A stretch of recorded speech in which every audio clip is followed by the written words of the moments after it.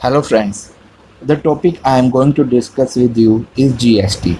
GST stands for Goods and Service Tax.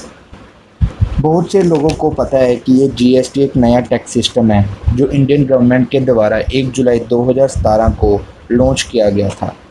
लेकिन बहुत से लोग अभी भी कंफ्यूज हैं कि ये क्यों लॉन्च किया गया और इसके क्या फ़ायदे हैं। तो इस वीडियो में मैं आपके सारे डाउट्स क्लियर करने की कोशिश करूँगा। सबसे पहले मैं आपको ये बताऊंगा कि जीएसटी क्या है। GST goods and service tax है। ये जो हमारे पहले टैक्स सिस्टम होते थे, VAT, excise, purchase tax, service tax, centre tax, luxury tax, entry tax and और बहुत से टैक्स, ये सारे टैक्स इनडायरेक्ट टैक्सेस के बीच में आते थे। इन सबको मर्ज करके एक सिंगल टैक्स बनाया गया जिसको हम बोलते हैं GST tax, goods and service tax.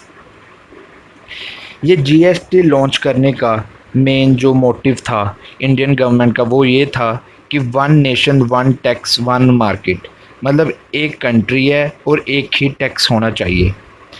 1211 products हैं जो इस जीएसटी के अंदर इंक्लूड होते हैं।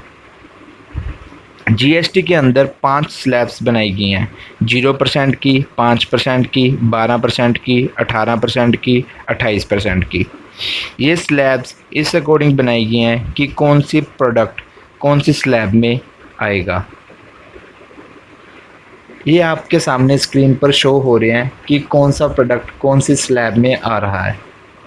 लाइक फर्स्ट कॉलम में आपको शो हो रहा होगा कि जो प्रोडक्ट्स के ऊपर कोई भी टैक्स नहीं है, लाइक पनीर, फ्रेश वेजिटेबल, मैदा, बेसन, वेजिटेबल ऑयल एट्सेट्रा।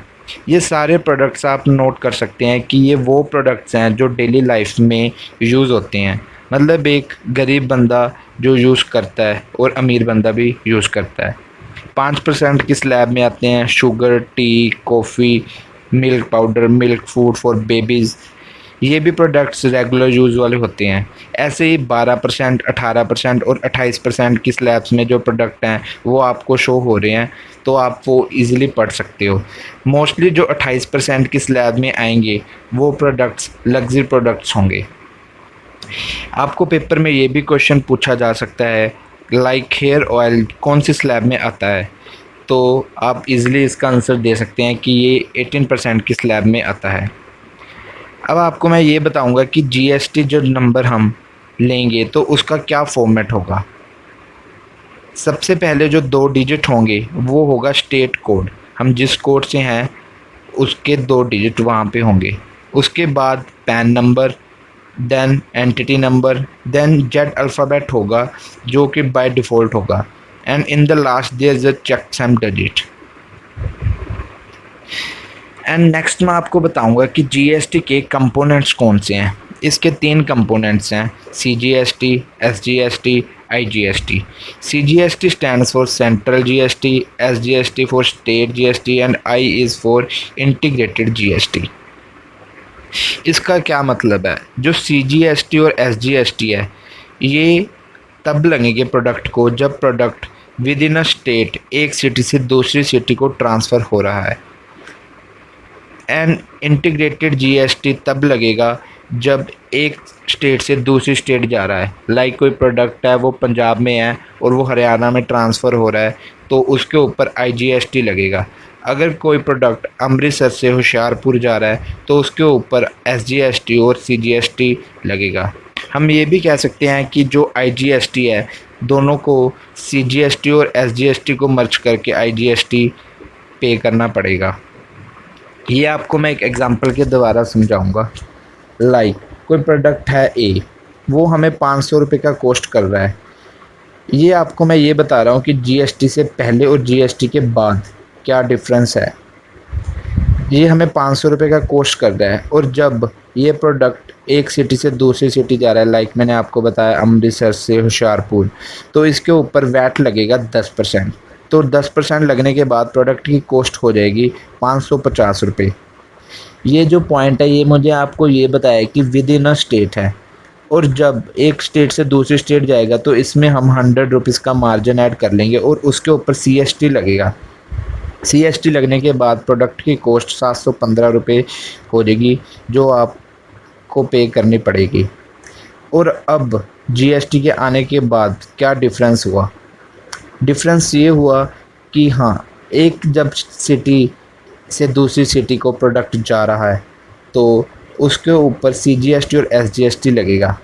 लाइक पहले वैट लगता था अगर 10%, तो ये डिवाइड हो जाएगा 5% सीजीएसटी को और एसजीएसटी को 5%, मतलब 5% जाएगा सेंटर को और 5% जाएगा स्टेट को, और 550 रुपये हमें पे करने पड़ेंगे। और दूसरा पॉइंट, अगर हम एक स्टेट से दूसरी स्टेट लेके जा रहे हैं तो पहले सीएसटी लगता था, अब लगेगा आईजीएसटी। आप सोच रहे होगे कि ये जीएसटी आने के बाद फिर डिफरेंस क्या हुआ, पे तो हमें उतना ही करना पड़ रहा है। लेकिन नहीं, जब आप जीएसटी के द्वारा पे कर रहे हो तो आपको सीजीएसटी और एसजीएसटी पर क्लेम कर सकते हो।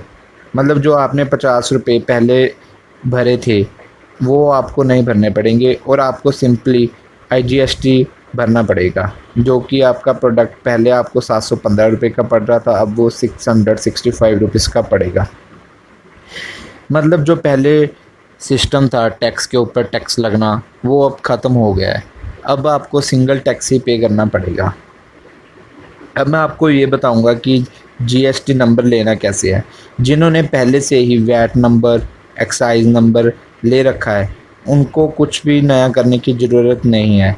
उनका जो डाटा है ऑटोमेटिकली माइग्रेट हो जाएगा। और अगर अगर ऑफिसर्स को नया डाटा आपसे ज़रूरत होगी तो वो आपको मेल करेंगे और आपके घर पे पोस्ट करेंगे। उसके अकॉर्डिंग आपका जो डाटा है ऑनलाइन आप एंटर कर सकते हो।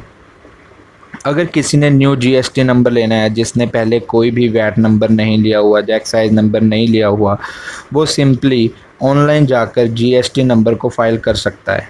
आपका जो डाटा जो आपने फ़ाइल किया है वो रिव्यू किया जाएगा ऑफिसर्स के द्वारा, और जब आपका डाटा पास हो जाएगा तो विद इन 3 डेज़ आपको जीएसटी नंबर अलॉट कर दिया जाएगा।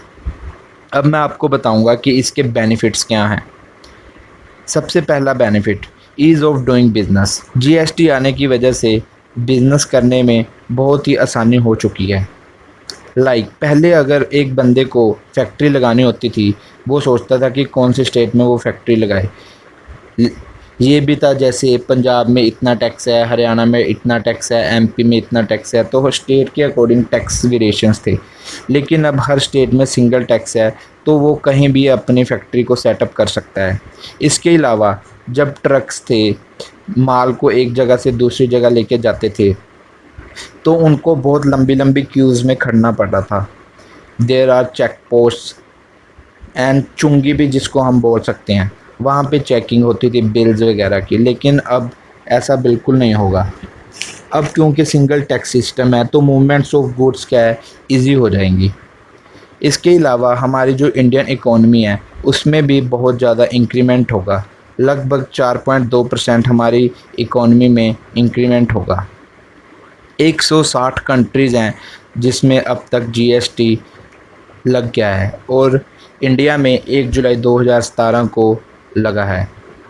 अगर कोई स्टेट जीएसटी लगने के बाद लॉस में जाती है तो इसका क्या होगा? मतलब स्टेट अगर लॉस में जा रही है तो स्टेट किसको जाके बोलेगी? तो इंडियन गवर्नमेंट ने इसका भी एक सोल्यूशन निकाला है। अगर 5 साल लगातार कोई गवर्नमेंट लॉस में जाती है तो गवर्नमेंट ऑफ इंडिया उसको कंपनसेट करेगी। ये था फ्रेंड्स अब तक सारा जीएसटी के बारे में। मुझे नहीं लगता कि इस वीडियो को सुनने के बाद आपके मन में कोई जीएसटी के रिगार्डिंग डाउट होगा। अगर कोई भी डाउट है तो आप कमेंट्स में वो आप लिख सकते हो। I will try my best to clear your doubt. Thank you friends.